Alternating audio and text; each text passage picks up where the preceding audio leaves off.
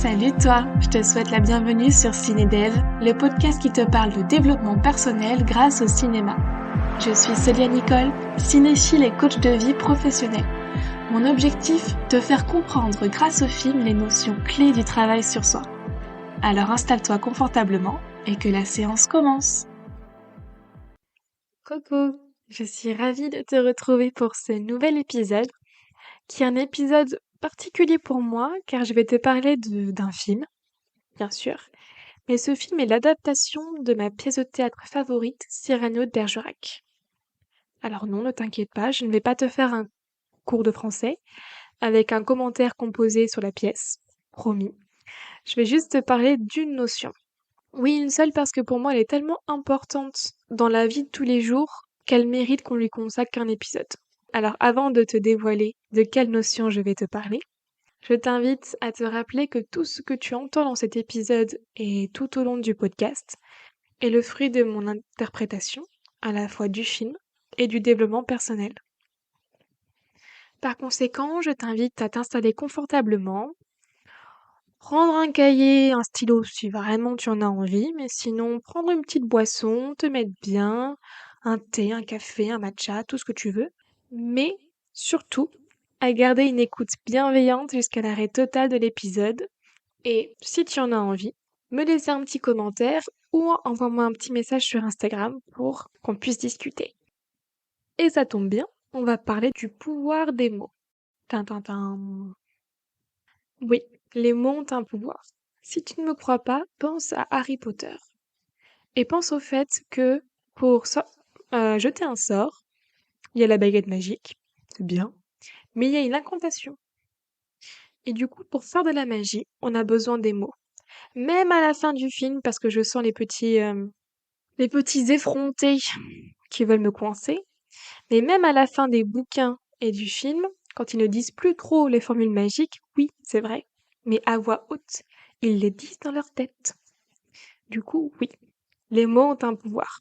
D'ailleurs, exemple très très simple, s'il te plaît, c'est le mot magique. Et en l'occurrence, en général, quand on utilise s'il te plaît, la chose que l'on voulait avoir apparaît devant nous. Magie, non?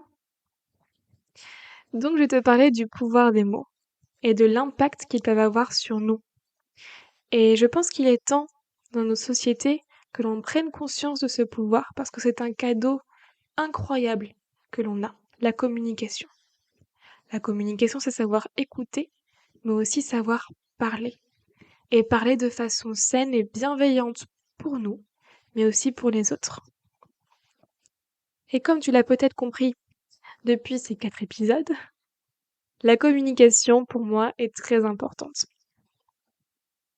Alors pourquoi je te parle du pouvoir des mots aujourd'hui? Parce que toute l'histoire se concentre sur le pouvoir des mots, ce qu'ils peuvent permettre d'accomplir. Séduire une femme, tuer quelqu'un, on peut faire plein de choses avec les mots. Et je trouve que Cyrano est vraiment l'exemple parfait pour comprendre ça. Alors si on regarde un peu plus précisément l'histoire, il y a 3 protagonistes principaux. Il y a Cyrano, Roxane et Christian, qui forment un triangle amoureux. Oui, tu sais les triangles amoureux que maintenant on voit partout dans les séries et les films Netflix? Eh bien, je pense que beaucoup ont pris leur origine ici. Que je te présente ce petit monde. Cyrano, soldat, poète, grand d'esprit, un humour de dingue. Son seul problème, c'est qu'il a un grand nez. Un peu style Pinocchio. Et il est amoureux de Roxane, la plus belle femme de Paris, qui est sa cousine. On va passer sur la partie moralité de cette histoire, parce qu'à l'époque, épouser ses cousins et ses cousines, c'était tout à fait normal.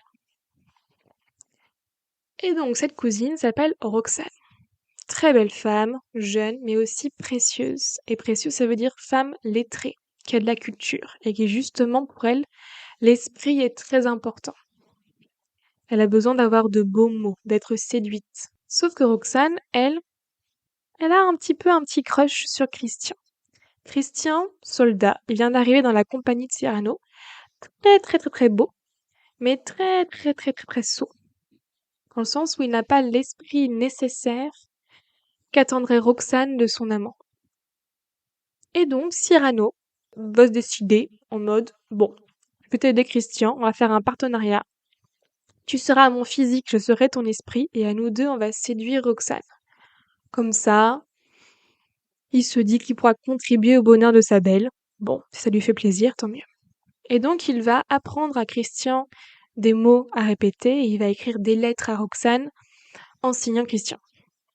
Bon, tout ce petit stratagème se passe bien jusqu'à ce que ça nous amène au balcon.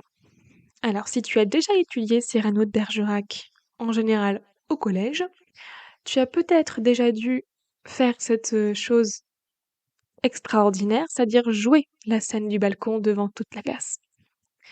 Expérience mémorable. Si tu ne l'as pas fait, c'est bien, parce que c'est légèrement humiliant au collège. Mais bon, en tant qu'adulte, maintenant que j'ai pris du recul par rapport à ça, je me rends compte que cette scène est absolument magnifique. Pourquoi? Parce que, en fait, elle contribue à vraiment séduire Roxane. Christian et Cyrano sont sous le balcon de Roxane. Alors non, ils font pas les stalkers. C'est juste que Christian, auparavant, a un peu merdé lors de sa présentation avec Roxane. Il n'a pas réussi à avoir autant d'esprit qu'il en avait d'habitude, prêté par Cyrano. Du coup, Roxane est repartie chez elle, ultra vexée, en mode de toute façon, tu ne m'aimes plus, tu n'as plus d'esprit, ça sert à rien qu'on se voit. Du coup, Christian est un petit peu désespéré et Cyrano va l'aider. Donc au début, Christian parle à Roxane avec Cyrano qui lui souffle les mots, sauf que Christian est un petit peu lent à répéter, du coup Cyrano prend sa place. Alors, ne t'inquiète pas, il fait nuit, il change le chapeau et mes chapeaux de Christian, Roxane n'y voit que du feu. Et ce qui est très très beau dans cette scène, c'est qu'en fait Cyrano, pour lui c'est la première fois qu'il peut exprimer tout cet amour qu'il a pour Roxane, et par les mots, la chose qu'il maîtrise le mieux au monde. Et ce n'est que par ces mots-là qu'il la séduit, que Roxane tombe réellement amoureuse de la personne.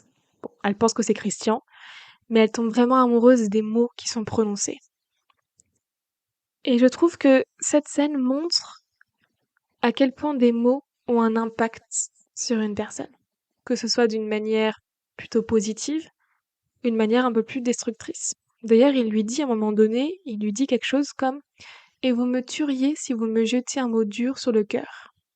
Je trouve que cette phrase est très jolie et très vraie, et qu'elle montre à quel point des mots dits avec une certaine intention peut causer bien des dégâts. Si tu ne me crois pas, pense, je ne sais pas si ça t'est déjà arrivé, mais de te souvenir d'une dispute avec une personne qui t'est chère, en général c'est un peu plus d'impact, survenue il y a 5 ans, et tu te souviens des mots qui ont été échangés comme si c'était hier, alors que tous les théorèmes de maths que tu as répétés, répétés et répétés pendant tes études, tu ne t'en souviens pas d'un seul. Alors pourquoi est-ce qu'une chose qui est arrivée une fois a eu plus d'impact que quelque chose que tu as répété 50 fois? C'est parce qu'en fait, il y avait une intention derrière, il y avait des émotions chargées dans ces mots-là, et ça a eu un impact sur toi, sur ton corps, sur tes émotions, et dans ton inconscient. Et donc c'est resté gravé. Donc voilà ce que les mots peuvent faire. Autre exemple, ça pourrait être le harcèlement sur les réseaux sociaux. En soi, si on considère ça juste froidement, pourquoi est-ce que des mots écrits sur un écran auraient un impact? C'est pas comme si on braquait un pistolet sur la tempe de la personne. Non, elle lit juste des phrases sur un écran. On en lit constamment. Alors pourquoi est-ce que ces petits mots, en général truffés de fautes d'orthographe, alignés de manière assez destructrice, ont un tel impact et causent malheureusement des milliers de morts chaque année? Parce que, en fait, c'est ça, les mots, avec cette intention destructrice, ont un impact. Et donc là, en fait, on peut voir, que ce soit par les exemples ou par la scène du balcon, que les mots, d'une manière bienveillante ou non, peuvent amener des émotions, créer des relations ou non, faire de nouveaux choix, et donc changer un peu la vie de la personne. Et je trouve ça important de prendre conscience de ce pouvoir-là, du pouvoir que l'on a tous en tant qu'être humain, et qui a un pouvoir absolument magnifique. Et il est temps qu'on l'utilise de la bonne manière. Quand on y pense, on a créé je sais pas combien est-ce qu'il y a de langues au monde, mais beaucoup. On a créé quand même un certain nombre de langues différentes pour trouver les mots justes selon ce groupe de personnes pour exprimer quelque chose. On a quand même passé pas mal de temps, et nos langues continuent d'évoluer d'ailleurs, pour toujours exprimer au mieux ce qu'on ressent, ce qu'on vit et le monde qui nous entoure. Les artistes utilisent les mots tout le temps, les journalistes aussi, les politiciens. La didactique, ça revient des philosophes grecs. Et avant, on pouvait convaincre que par les mots. Donc en fait, les mots, ces petits trucs qu'on dit à longueur de journée, eh bien, c'est un super pouvoir que tu as dans ta tête et que tu prononces tout le temps. Je ne sais pas si tu as déjà entendu cette expérience faite par un scientifique japonais qui a décidé en fait de faire cette expérience avec des bocaux de riz. Chacun s'amuse comme il peut. Et lui a voulu prouver le pouvoir des mots avec ça. Donc, à un bocal de riz, il lui a dit que des mots d'amour, que des merveilleux mots, avec toute l'intention de chérir les grains de riz. Et à l'autre bocal de riz, il a fait tout le contraire. Il a parlé à ce bocal tous les jours, oui, en disant que des insultes, en ayant vraiment l'intention de causer un dommage concret à ces grains de riz. Eh bien, figure-toi que ces grains de riz qui ont été insultés tous les jours pendant je ne sais pas combien de temps sont morts, en fait, et ont noirci. Donc, si des grains de riz peuvent réagir d'une manière aussi forte à des mots, imagine-toi ce que tes mots peuvent faire à des êtres humains. Ce qui m'amène à ce premier accord toltèque. Je t'ai déjà un petit peu mentionné ce nom dans le premier épisode de Blanche-Neige. Là, je vais te parler du premier accord toltèque. D'ailleurs, ce n'est pas anodin que ce soit le premier. Et le premier est que ta parole soit impeccable. Que ta parole soit impeccable. Alors, ça ne veut pas dire parler sans faute de grammaire ou de conjugaison. Ça ne veut pas non plus dire parler la langue de Molière tout en vers et en alexandrin. C'est dommage, mais non plus. Ça veut juste dire prendre conscience des mots que tu emploies et leur intention que tu leur donnes et veiller au maximum, bien sûr, de tes possibilités. On n'est pas des robots, on fait ce qu'on peut, hein, à que les mots que tu prononces soient de manière bienveillante pour toi et pour les autres. Tu remarqueras que si tu fais attention aux mots que tu emploies pour te décrire toi-même, tu vas percevoir dans les mots utilisés des failles dont tu n'avais peut-être pas conscience. Tu vas, comment dire? Tu vas en fait pouvoir dresser un peu le portrait que tu as de toi actuellement et le portrait que tu envoies aux autres aussi. Il y a quelque chose qui dit que la parole n'engage que celui qui la donne. Eh bien, c'est un petit peu ça. C'est comme si en fait les mots que tu emploies, globalement, faisaient un reflet comme un miroir de ton univers intérieur maintenant. Et donc en fait, toutes les fois où tu es en colère, où tu insultes une personne ou autre, bon, elle se le reçoit quand même, donc il faut qu'elle le digère, mais tu te fais du mal aussi. Parce qu'en employant ces mots-là, en ayant cette intention de détruire finalement quelque chose, c'est comme si tu voulais te détruire aussi. Donc, non seulement tu fais du mal, de manière volontaire ou non, à une personne, qui elle doit processer ces mots-là, mais en plus tu te fais du mal à toi. Donc, faire attention à ces mots, c'est aussi pour te faire du bien à toi. Et en parlant de mots, j'ai envie de parler des pensées. Parce que les pensées, qu'est-ce que c'est finalement? Ce sont des mots dits dans notre tête. Et on parle quand même du concept de pensée limitante. Et pourquoi est-ce qu'elles sont limitantes? Parce que les mots que tu emploies, avec l'intention que tu leur donnes, te limitent tous les jours. Et comment est-ce que tu peux changer des pensées limitantes? C'est en changeant ton intention dans tes actions et en changeant tes pensées avec une autre intention et donc en changeant tes mots. D'ailleurs, si tu veux une technique un peu plus concrète sur comment changer tes pensées limitantes, je t'invite à retourner au premier épisode de ce podcast sur Blanche-Neige. Ça peut être intéressant. Et donc, si les pensées ont un impact aussi fort, les mots ont un impact aussi fort.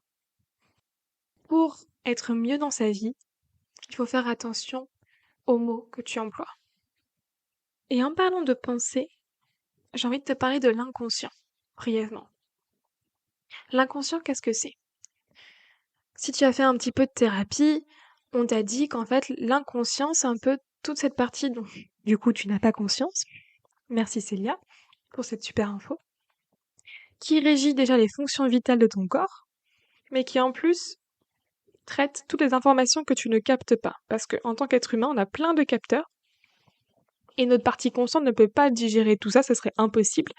Du coup, notre inconscient s'occupe de tout ce travail-là pour digérer toutes les informations et ensuite il les trie et il te fait réagir d'une certaine manière face à une situation parce que il a trouvé dans son dossier que tu avais déjà réagi de cette manière à cette situation à l'époque et du coup, il dit bah, que c'est la bonne technique pour réagir maintenant. Donc en fait, il ne te veut pas du mal ni de bien, c'est ton inconscient. C'est un peu ton processeur interne, en gros. Et il va te proposer, non, plutôt il va te faire réagir face à une situation d'une certaine manière parce que il a enregistré que c'était la meilleure façon de réagir pour toi parce que c'est la réaction que tu avais eue à l'époque.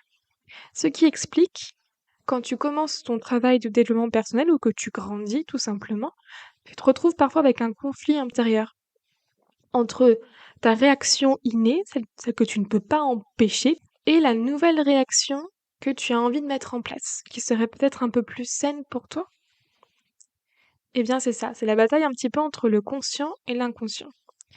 Et l'inconscient, il enregistre vraiment tout. Et, et je te parle de ça parce que avec les mots, avec une certaine intention, tu peux avoir un impact aussi sur ton inconscient. Et ça, pour le coup, j'ai découvert quand j'ai fait de la thérapie. Et c'est ce qui s'appelle l'auto-hypnose. L'auto-hypnose, c'est se mettre un peu dans un état du coup hypnotique pour accéder à ton inconscient et après changer la perception que tu as de cette situation pour changer ton comportement après. Apporter à ton inconscient une nouvelle façon de réagir qui serait mieux pour toi pour qu'il enregistre cette nouvelle façon et que tu puisses après automatiquement réagir de cette façon-là. C'est comme un peu mettre une mise à jour. Et ça, c'est ultra efficace. Et en développement personnel, du coup, on va parler plutôt de visualisation. Parce que l'inconscient n'a finalement pas trop de perception de la temporalité, des questions, des si, pourquoi, non, machin. C'est plus binaire, en fait. Il enregistre et il te fait agir. Du coup, par la visualisation, tu peux, quand tu l'utilises plein de fois, changer la réaction enregistrée. Qu'est-ce que c'est la visualisation? C'est fermer les yeux, te projeter dans la scène, dans la situation que tu veux vivre, en expérimentant, en te projetant dans les sensations que tu éprouves, ce que tu vois, ce que tu sens, ce que tu dis, peut-être comment ce que tu comportes, et l'utiliser assez de fois pour que ton ordinateur interne, du coup l'inconscient, enregistre cette nouvelle façon d'agir et que tu puisses ensuite agir de manière plus, comment dire, automatique, on va dire ça comme ça. Et c'est d'ailleurs ce qu'utilisent les sportifs. Les sportifs de haut niveau. J'ai vu une interview récemment du couple de patineurs artistiques français magnifiques, là. Guillaume Cizeron et Gabriel Papadakis. En gros, disaient qu'ils ont utilisé tellement la visualisation de ce moment où ils gagnaient les Jeux Olympiques que quand ils l'ont vécu, c'est comme s'ils l'avaient déjà vécu des milliers de fois auparavant. Du coup, c'était évident dans leur mental qu'ils allaient le remporter, qu'ils allaient revivre ce moment. C'est un outil ultra puissant que tu peux mettre en place pour toutes les situations que tu veux, que ce soit professionnel, personnel, juste pour prendre un petit peu le contrôle, entre guillemets, de ces réactions, afin que tes réactions enregistrées soient mises à jour avec qui tu es aujourd'hui. Et je trouve que c'est plutôt bien montré avec la tirade de Cyrano sur les non-merci. Il montre l'impact qu'a l'inconscient sur lui. Alors, Cyrano, quelqu'un de très fier, il manie très bien les mots, l'autodérision, pour ne pas montrer qu'il est malheureux. qu'il est malheureux d'amour pour Roxane et qu'il ne pourra jamais lui dire parce qu'il a trop honte de son physique et qu'il pense que jamais elle l'aimera parce qu'il est trop laid. Du coup, il va agir d'une certaine manière, de manière automatique, il va se mettre en colère, il va faire le fier, il va refuser toute aide parce que c'est enregistré comme une vérité générale, Roxane ne peut pas l'aimer. Et c'est ça qui rend la pièce magnifique, c'est que Roxane lui montre le contraire. À un moment donné, après le mariage de Christian et Roxane, Cyrano et Christian sont appelés à la guerre pour faire le siège d'Arras. Et Roxane fait promettre à Cyrano que Christian lui écrive. Et donc Cyrano va écrire 2 fois par jour des lettres à Roxane. Et ces lettres sont tellement belles, il y a tellement de choses merveilleuses dedans que ça va motiver Roxane à prendre son carrosse de Paris pour aller en Espagne, apporter des provisions aux soldats et voir son amoureux.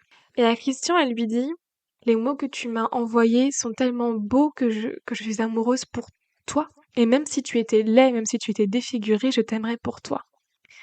Ce que Christian, on peut l'imaginer, n'aime pas du tout, hein, parce que globalement, lui, est la partie physique du truc. Et ce n'est qu'à la fin, en fait, que Cyrano se dévoile, parce qu'il est en train de mourir, et qu'il veut, avant de mourir, avoir avoué son amour à Roxane, et que Roxane lui dit: mais je pleure mon amour 2 fois alors que je n'aimais qu'un homme, et c'était toi.» Et en fait, c'est ça, c'est: et si seulement Cyrano avait eu les outils de développement personnel que l'on a à notre disposition aujourd'hui, il aurait pu, par exemple, utiliser la visualisation pour changer son comportement. Il aurait pu processer toutes ses pensées limitantes et peut-être annoncer son amour à Roxane beaucoup plus tôt. Et peut-être qu'il aurait vécu autrement sa vie. Et je trouve qu'il peut pousser à vouloir faire ce travail, à ne pas vouloir passer à côté de grandes opportunités, parce que Roxane l'aimait quand même, pour son esprit, pour qui il était. Et ça, il ne le sait qu'à la fin. Il ne sait qu'à la fin de sa vie, il meurt 5 minutes après. Et donc imagine, toi, avec tous les outils que tu as à ta disposition maintenant, et en prenant conscience du pouvoir des mots, du pouvoir de tes pensées, de comment est-ce que tu peux réenregistrer, mettre à jour ton inconscient pour impacter ta vie de manière bienveillante et être en alignement avec qui tu es aujourd'hui, comment est-ce que tu peux modifier ça? Ça se trouve, tu peux, toi, maintenant, faire quelque chose que Cyrano n'a jamais osé faire avant, c'est-à-dire dire les choses et avouer et être assez courageux pour évoluer, changer et atteindre ton objectif que tu penses impossible à faire. Voilà. C'est ce dont j'avais envie de te parler aujourd'hui. J'espère que ça t'a éclairé sur les mots, sur leur impact. Si tu as des questions, je t'en prie, envoie-les-moi sur Instagram ou en commentaire. Je crois qu'on peut laisser des commentaires maintenant sur Apple Podcast, si je ne dis pas de bêtises. Pour qu'on puisse en discuter, je serais ravie d'échanger avec toi. Il y a aussi une petite notion que tu peux chercher, que je trouve très intéressante, ça s'appelle la communication non violente. Et ça peut être intéressant à aller jeter un coup d'œil. Petite piste d'exploration. J'espère que cet épisode t'a plu, que tu vois maintenant Cyrano d'un autre angle, et non plus le livre de français qu'on t'a obligé à lire quand tu étais petit. Que peut-être tu le reliras ou tu verras ce magnifique film avec Gérard Depardieu qui est splendide dans cette adaptation. Et je te remercie d'avoir écouté jusqu'au bout. Je te souhaite une bonne soirée, une belle après-midi, une belle journée en fonction de l'heure à laquelle tu écoutes. Et je te dis à très vite. Plein de bisous à toi.